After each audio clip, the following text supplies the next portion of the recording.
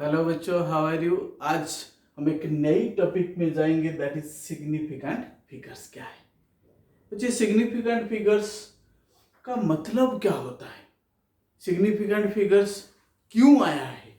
Significant figures का measurement हम कैसे करते हैं? आई मैं एक आपको एग्जांपल बताता हूं बच्चों कि सपोज आपने अपनी बॉडी का वेट क्या होगा।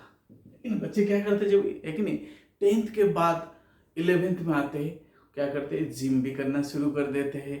करते हो कि नहीं बच्चे? अब देखो, जो आपने जिम करते हो या अपनी वेट को मेजर करते हो वेइंग मशीन के ऊपर, आप देखे होंगे सपोज आपका वेट कभी कभी 60.234 आ जाता है, फिर कभी उसी बार उसी वेइंग मशीन में आप दोबारा अगर खड़े हो जाओ तो कभी कभी वेट कितना हो जाता है, 60.236 हो जाए, 60.235 हो जाए। ये जो लास्ट डिजिट बच्चे देखते हो ना, ये कांस्टेंट नहीं होता है। कई बार क्या होता है, ये कांस्टेंट नहीं होता है। तो बच्चे क्या होता है, कांस्टेंट अगर नहीं होता है तो ये अनसर्टेन हो जाता है। बच्चे देखो, ये सारे जो डिजिट है लास्ट का जो ओइंग करते हो, दिस मच के जी, ये इतना के जी है बच्चों, लाइक दिस। तो ये जो लास्ट डिजिट अनसर्टेन हो जाता है। जब अनसर्टेन होता है, मैं भी कई बार जाता हूँ जिम में, जब जिम जाने के बाद मैं वेट करता हूँ, सबसे पहले जाकर वेइंग मशीन में खड़े हो जाता हूँ। खड़ा होने के बाद देखता हूँ, अरे वेइंग कितना आया। कई बार तो दिखाता है 72.3, 72.5, 72.8। तो ये वैरी करता रहता है। मेरे मन में एक आ जाता है, यार सही कौन सा है, इसमें सही कौन सा है? तो बच्चे इसीलिए दो चीज को मैं आपको बताऊंगा इस टाइम, कि जब हम किसी भी चीज को एक्सपेरिमेंटल मेजरमेंट करते हैं, ध्यान से सुनना है बच्चों, एक्सपेरिमेंटल मेजरमेंट करते। एक्सपेरिमेंटल मतलब किसी चीज को मेजर करते, आप मास को मेजर करते हो, आप वॉल्यूम को मेजर करते हो, नहीं करते हो? करते हो। तो इसलिए एक्सपेरिमेंटल मेजरमेंट के टाइम में क्या होता है ना, सपोज आपने एक सॉल्ट ले लिया, तो ध्यान से देखो, इसका वेट सपोज आ गया 1.23 ग्राम। कॉपर सल्फेट ले लिया, या आपने NaCl सोडियम क्लोराइड ले लिया, इस टाइप का कोई भी सॉल्ट आपने लिया है, उसको आपने वेट किया है। वेट करने के बाद क्या होता है ना, एनालिटिकल जो बैलेंस होते हैं, डिजिटल बैलेंस होते हैं, तो कई बार क्या होता है ना, आगे पीछे थोड़ा सा आप वेट जितने बार करोगे, सपोज एक बार आ गया 1.25 आ गया, एक बार आ गया 1.22 आ गया।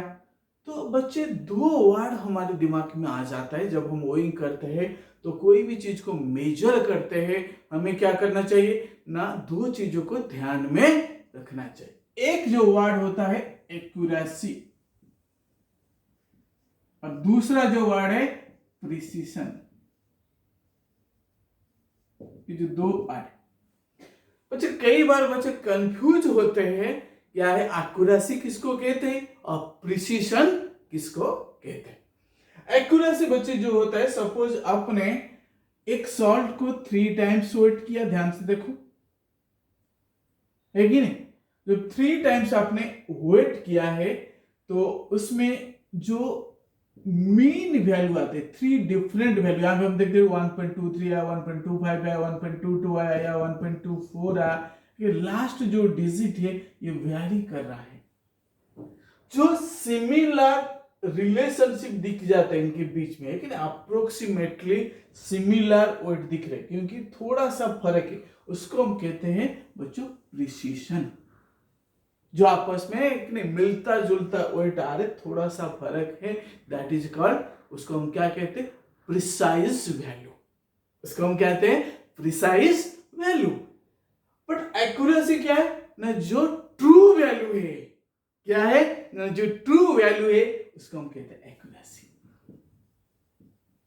सपोज मेरा ट्रू वैल्यू यहां पे आ गया 1.24, बट मैं बार बार जब वेट किया हूं तो वेरिएशन थोड़ा सा आगे पीछे दिखाई देता है, तो दैट इज कॉल्ड प्रिसीशन। जो मीन वैल्यू है दैट इज ट्रू वैल्यू है, जो आपस में जो ये है कि नहीं सिमिलर जो नंबर्स आते वही, दैट इज कॉल्ड प्रिसीशन है। समझ आए? अब बात अब करते बच्चों कि सपोज सिग्निफिकेंट फिगर्स की बात क्यों आया यहाँ पे ना, जब हम एक्सपेरिमेंटल बच्चे हम मेजर करते हैं कुछ अनसर्टेनिटी दिखाई देता है।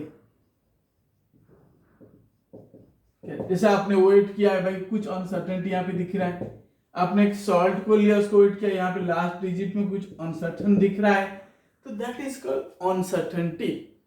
1.23 भी हो सकता है, 1.25 हो सकता है, 1.22 हो सकता है, 1.24 भी हो सकता है। इस टाइप का एक नहीं नंबर ऑफ हमारा डाटा आ गया। अब बात करते हैं कि जो ये अनसर्टेनिटी आया है उसी को मेजर करने के लिए बच्चे सिग्निफिकेंट फिगर्स आया। लेकिन अनसर्टेनिटी को मेजर करने के लिए क्या आया ना, सिग्निफिकेंट फिगर्स आया। समझ पा रहे? So two major uncertainty, two major uncertainty को जब हम मेजर करने के लिए सिग्निफिकेंट फिगर्स हैं। अब आप कहोगे कि सपोज 11.2 लीटर है, किसी चीज को मैंने मेजर किया वॉल्यूम को, ये आ गया 11.2 लीटर। बच्चा आप देख सकते हैं यहां पे जो लास्ट डिजिट है ये अनसर्टेन है। पहला जो डिजिट यहां पे हम देखते हैं ये है सर्टेन है, इसकी वैल्यू फिक्स है, लेकिन नहीं बदलता नहीं है। बट ये जो वैल्यू है ये क्या है ना, ये 3 भी हो सकता है, 1 भी हो सकता है, मीन्स +-1 वेरिएशन दिखा सकता है। क्या है ना, ये हो सकता है 11.1 भी हो सकता है, 11.3 भी हो सकता है, इस टाइप से। तो इसलिए ये जो वैल्यू को हम कहेंगे अनसर्टेन वैल्यू। बच्चे इसको हम क्या कहेंगे ना, अनसर्टेन वैल्यू। एक हो गया सर्टेन है, एक हो गया अनसर्टेन है। तो सिग्निफिकेंट फिगर्स क्या करता है, कितनी अनसर्टेनिटी है इसमें उसको मेजर करना है। कितनी अनसर्टेनिटी है उस चीज को मेजर करने के लिए हम सिग्निफिकेंट फिगर्स को यूज करते हैं। समझ आया बच्चों? एक स्टेप हम जाएंगे आगे कि क्या सिग्निफिकेंट फिगर्स क्या होता है। वो कहता है कि सिग्निफिकेंट फिगर ना the total number of digits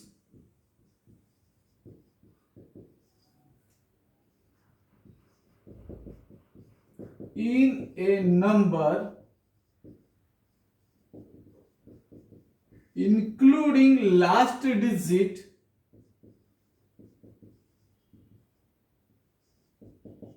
whose value is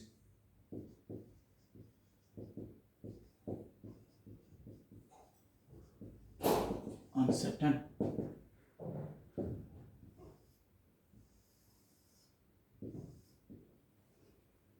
समझ पा रहे? The total number of digits in a number including last digit whose value is uncertain. तो यहाँ पे दो चीज को बच्चे दिमाग में रखना है। क्या है? एक सर्टन है, एक अनसर्टन है। दोनों को जब हम ऐड कर देते, कंबाइन करके काउंट करते हैं, वो बन जाता है सिग्निफिकेंट फिगर है।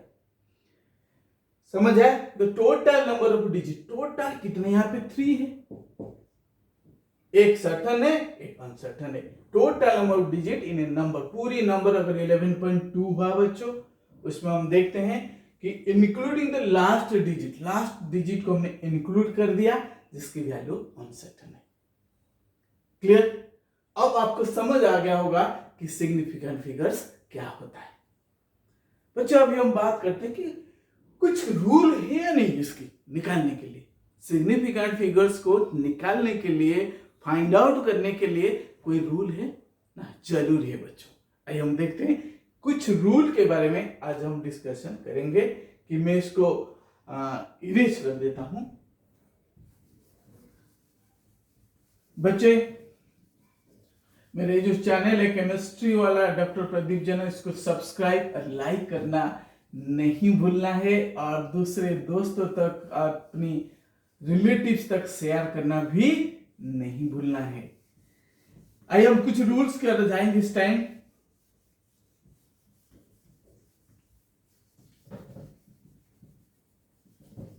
जल्दी से मैं इरेज कर रहा हूं इस टाइम, थोड़ा सा पेशेंस रखना बच्चों में, क्योंकि पेशेंस जो है बहुत काम की चीज है। बिना पेशेंस के हम कुछ नहीं कर सकते। अगर क्लासरूम में टीचर थोड़ा आने में 5 मिनट लेट किया, क्या करते हैं, पेशेंस को खो देते हैं, कि नहीं? ऐसा नहीं होना चाहिए। अगर मैं इरेज कर रहा हूं तो अपने अपने पेशेंस को भी बना के रखना है। बच्चे रूल होता है इसमें,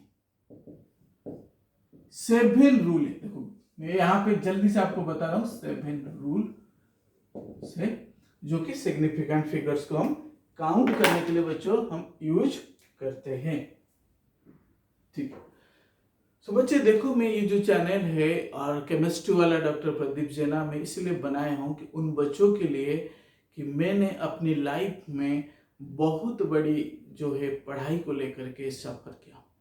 मतलब मेरे पास ट्यूशन की पैसा मेरे फादर के पास नहीं होता था। मैं क्या करता था ना, जब वो 11th में था या +2 के थे, पहली साल जो होता है कॉलेज में, तो उस समय मुझे आज याद आ रहा है कि मैंने टीचर से छुपता था, क्योंकि मैंने उस मंथ का फीस नहीं दिया था। जब भी टीचर देख जाता था मुझे बुलाता था, ए इधर आ। मैं जान जाता था कि अब तो मैं फीस नहीं दिया हूँ और इसलिए मुझे शायद बुला रहा है। मैंने क्या करता, छुप करके चला था, मैं उसके सामने नहीं आता था। आप सोच सकते हो कि कितना एक इन्फीरियर महसूस होता है वहां पे। सब बच्चों ने फीस दे दिए है, पूरी बैच में मैं अकेला होता था जो फीस नहीं दे पाता था। मैं चुपके से और टीचर के सामने से भागने की कोशिश करता था। जब क्लास होती थी, क्लास से पहले जब मैं घर से साइकिल लेके निकलता था, मैं सोचता था अरे मैं तो फीस नहीं दिया हूं, टीचर मांगेगा।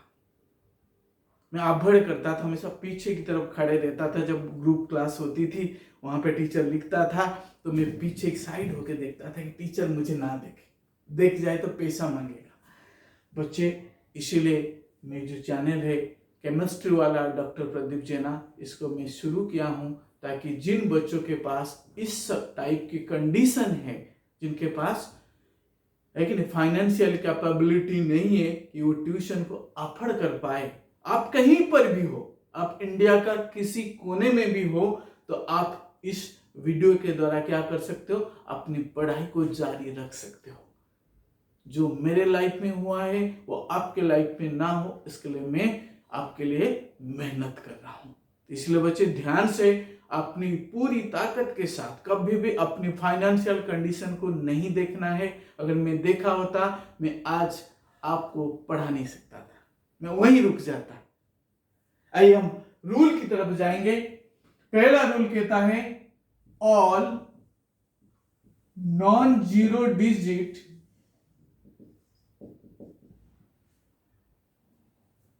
और the zeros present between non-zero digit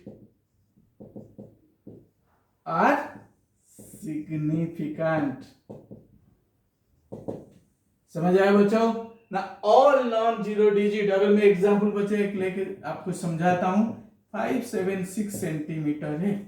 बच्चा आप कह सकते हो कितना है, सिग्निफिकेंट फिगर है ना, सारे नॉन जीरो डिजिट है इसमें, तो सिग्निफिकेंट फिगर हो गया 3 सिग्निफिकेंट फिगर। इसको शॉर्ट में लिख देता हूं। अगर मैं लिखता हूं 5004, बच्चा बताओ, वो कहता है कि zeros between non zero digit के बीच में जो जीरो है वो भी सिग्निफिकेंट फिगर है। समझ आ गया? क्लियर? कोई डाउट है ना? कोई डाउट नहीं है।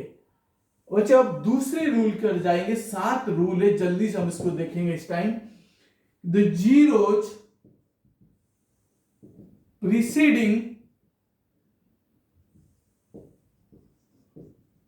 the non-zero digit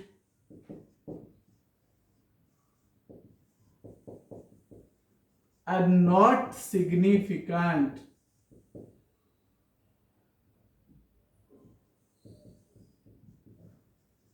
समझ आ गया? और मैं लिखता हूं 0.03, 0.204। क्लियर? अब बच्चे यहां पे बताओ कितनी सिग्निफिकेंट फिगर होगी ना? एक ही होगी। Zeros preceding the non zero digit are not significant, only one significant figure. यहां पे बच्चों 204 ये तो हो जाएगा क्योंकि जीरोज बिटवीन नॉन जीरो तो सिग्निफिकेंट है, इससे पहले है तो इसलिए 3 सिग्निफिकेंट फिगर। क्लियर हो गया? अब तीसरे रूल जो कहता है वो कहता है कि rule 3, zeros at the right side of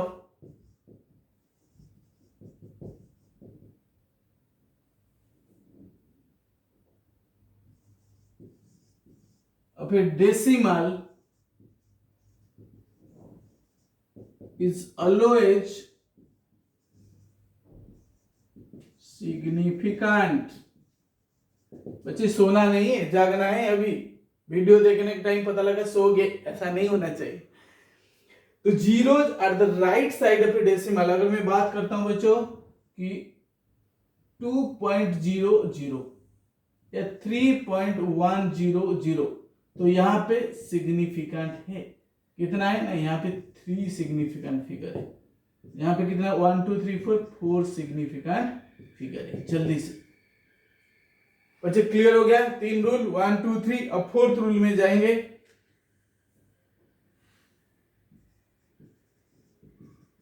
यह जगह आ जाएगा। रूल 4 क्या कहता है? अगर कोई भी नेचुरल नंबर ले ले, लेकिन एग्जैक्ट नंबर ले ले, क्या होता है? एग्जैक्ट नंबर और a natural number has infinite number of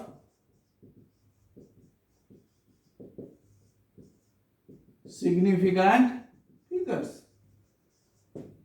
जैसे मैं लेता हूं, यहां पे बच्चे ध्यान से देखो कि 2 ले लिया, 28 कितना होगा? या 20 बॉल्स ले लिया तो इसको 2.000 लिख सकता हूं। इसको 20.000 कुछ भी, कितने भी जीरो लगा दो वो तो मेरे, लेकिन दिल की बात है, लेकिन कितने भी जीरो लगा दूं वो तो मेरे फ्री का ही है, पैसा तो नहीं देना पड़ रहा, तो इसलिए कितना भी जीरो में लगा दूं तो ये हो जाएगा इनफाइनाइट। क्या हो जाएगा बच्चों? इनफाइनाइट। बच्चों और जो 3 रूल है फटाक से देखेंगे अभी। Rule 5th 6th and 7th, 7 rule है। जल्दी से इसको, क्योंकि बड़े बेसिक चीज होते। सिग्निफिकेंट फिगर क्या होते हैं बच्चों? बड़े बेसिक होता है। जो बेसिक है,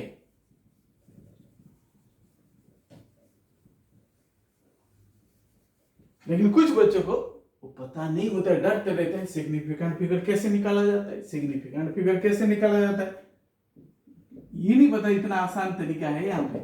रूल 5 हम देखते हैं कि साइंटिफिक नोटेशन फॉर्म है। साइंटिफिक नोटेशन फॉर्म में कोई नंबर है ना, n into 10 to the power x। बच्चे देखो, ध्यान से देखो कि सिर्फ n के अंदर जितनी सिग्निफिकेंट फिगर है उसी को हम काउंट, किसके अंदर? n के अंदर। सपोज मैं एवोगाड्रोस नंबर लेता हूं 6.022 इंटू 10 टू द पावर 23, और यहां पे हम देखें इसको कुछ नहीं करना है, जो पावर है 10 का जो पावर उसको कुछ नहीं करना है। उससे पहले जो n करके लिखा हूं उससे पहले जो मल्टीप्लाई हुआ है इसमें कितना है ना, 6.022, तो 4 सिग्निफिकेंट फिगर है। अब जाएंगे रूल 6th की तरफ।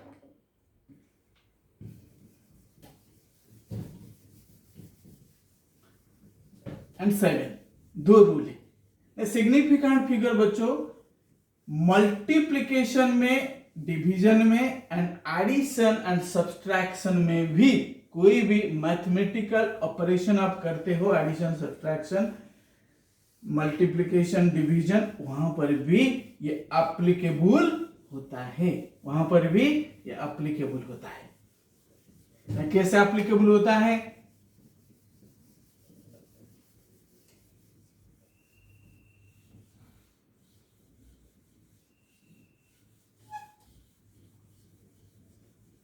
ध्यान से देखिए, clear, it is clear. Rule 6, बच्चे रूल 6 कहता है कि जब हम एडिशन या सब्सट्रैक्शन करते हैं तो वहां पे जो लीस्ट प्रिसाइज टर्म होती है उसके हिसाब से हमने रिजल्ट जो हमें मिलता है, आउटपुट जो मिलता है, उसका सिग्निफिकेंट फिगर डिटरमाइन करता है। अगर मैं लेता हूं बच्चों, देखो 4.234 प्लस 2.3 प्लस 3.62 और मैंने इनको ऐड कर दिया। अब यहाँ पे ऐड करते देखो बच्चे कितना होगा ना, 4.234, 2.3 और एक हो गया 3.62। तो मैं सबको ऐड कर दिया, ये कितना हो गया 4 है, 3 2 जा 5, 3 प्लस 2 जा 5 है, 1 3 10.154। इतना बड़ा डिजिट आया 10.154 बच्चे। लेकिन मैं आंसर जब लिखूंगा ये मेरे 2 सिग्निफिकेंट फिगर होना चाहिए कि मेरे जो प्रिसाइज जो टर्म है, बच्चे ध्यान से देखो, जो प्रिसाइज जो टर्म है वो 2 सिग्निफिकेंट फिगर है। तो इसलिए मेरा जो आंसर यहीं तक आएगा। आइदर मैं लिख सकता हूं 10.2, 10.1 लिखूंगा क्योंकि अगर मैं राउंड अप करता हूं तो 1 ही आएगा। कितना नहीं, 2 सिग्निफिकेंट फिगर है बच्चों, इसलिए हम 10 लेंगे, 2 सिग्निफिकेंट।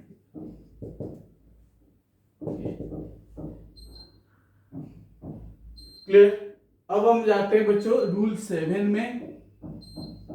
अगर हम यहां पे बच्चों देखो एडिशन एंड सब्सट्रैक्शन, यस, और यहां जो होगा बच्चों लास्ट जो है मल्टीप्लिकेशन एंड डिवीजन। और मल्टीप्लिकेशन और डिवीजन की बात हम देखते हैं। अगर मैं लेता हूं 3.12 इंटू 2.5, मल्टीप्लाई किया, अगर मैं यहाँ पे मल्टीप्लाई करता हूं 3.12 और 2.5,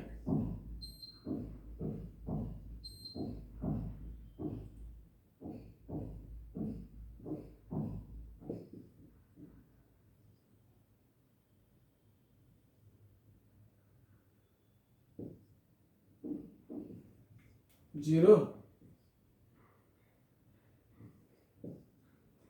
7.800 आ रहे, ठीक है। अब लेकिन मुझे 2 डिजिट तक लेना है तो मेरा आंसर हो जाएगा 7.8।